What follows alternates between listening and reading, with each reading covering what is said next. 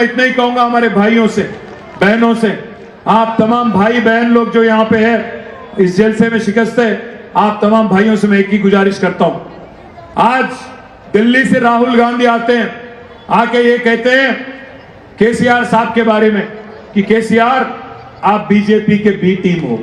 मैं भाइयों से, हमारे बहनों से पूछना चाहता हूं, राहुल गांधी का तो आदत है, ये कलकत्ता जाता है, वहां बोलता है कि ममता बनर्जी बीजेपी की बी टीम है, वहां से दिल्ली जाता है, कहता है कि अरविंद केजरीवाल आप बीजेपी के बी टीम हो, वहां से यहां आए और यहां कहने लगे कि आप बी टीम हो केसीआर। मैं तमाम भाइयों से बहनों से एक ही चीज पूछना चाहता हूं, आज अगर गरीब है मुसलमान 75 साल के बाद, अगर आज मुसलमान पासमंदगी में है, लाचारी है अभी भी, तो कौन जिम्मेदार है इसका? आप सोचिए 2 मिनट के लिए, 55 साल हुकूमत करने वाली कांग्रेस जिम्मेदार है कि 9.5 साल हुकूमत चलाने वाले केसीआर जिम्मेदार हैं? आज वो आके कहते हैं कि हम गरीब के गरीब ही रह गए आप, बट बात यह है, आज विकाराबाद में आपको कहना चाहता हूं मैं, 2004 से 14 तक जब कांग्रेस की हुकूमत यहां पे थी, कुल मिला के उन्होंने पूरा माइनॉरिटी वेलफेयर के लिए खर्चा किया 930 करोड़। और पिछले 10 साल में, पिछले 9.5 साल में जब केसीआर साहब को आपने हुकूमत सौंपा है, केसीआर साहब के सदारत में माइनॉरिटी वेलफेयर के लिए हमने खर्चा किया 12,000 करोड़। मैं आपसे कहता हूं 12,000 करोड़ देने वाले केसीआर आपके दोस्त है कि कांग्रेस 10 साल में 900 करोड़ खर्च करने वाली कांग्रेस आपकी दोस्त है? आप सोचिए। दूसरी बात मैं ये भी पूछना चाहता हूं, केसीआर ने कभी मजहब के नाम पे सियासत नहीं किया। केसीआर साहब ने गरीब को गरीब की तरह देखा है, इंसान को इंसान की तरह देखा है। इसलिए अगर आज गरीब हिंदू को बतुकम्मा के दौरान एक तोहफा दिया जाता है, तो गरीब मुसलमान को रमजान के वक्त तोहफा दिया जाता है। वैसे ही आज गरीब ईसाई को क्रिसमस के टाइम पे तोहफा दिया जाता है। मैं आप तमाम भाइयों को याद दिलाना चाहता हूं, इस पिछले 9.5 सालों में पूरे तेलंगाना रियासत में एक भी दंगा और फसाद नहीं। फिर से कांग्रेस अगर आई तो आपको मालूम है क्या क्या किया उन्होंने हैदराबाद में।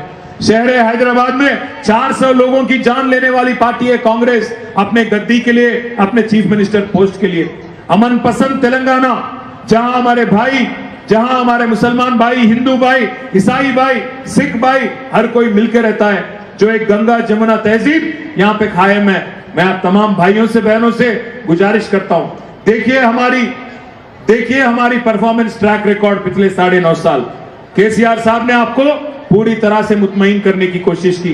200 से ज्यादा स्कूल हमारे बच्चों के वास्ते, टिमरिस 1 लाख बच्चों को आज उसमें अच्छा से अच्छा तालीम दिया जा रहा है।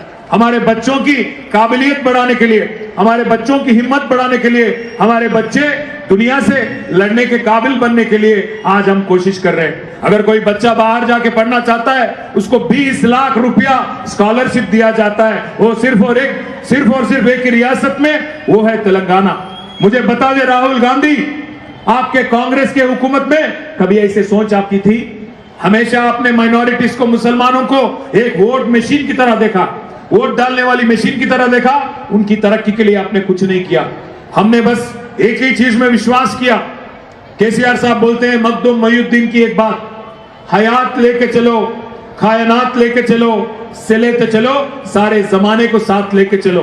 मैं आप तमाम भाइयों से गुजारिश करता हूं, तेलंगाना की एक लौती आवाज है केसीआर। इनका उभरना राहुल गांधी को और मोदी को, दोनों को नापसंद है।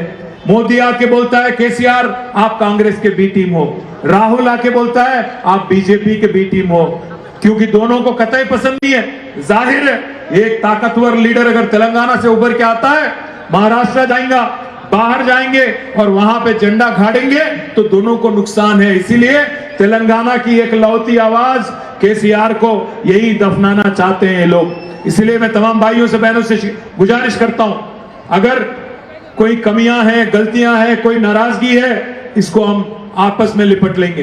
पर 30 तारीख के दिन हमारी शान, हमारी पहचान, हमारी कार की निशान जो है, इस पे जरूर वोट दीजिए। आनंद भाई को जिताइए, केसीआर साहब को फिर से तीसरी बार वजीर आला बनाइए।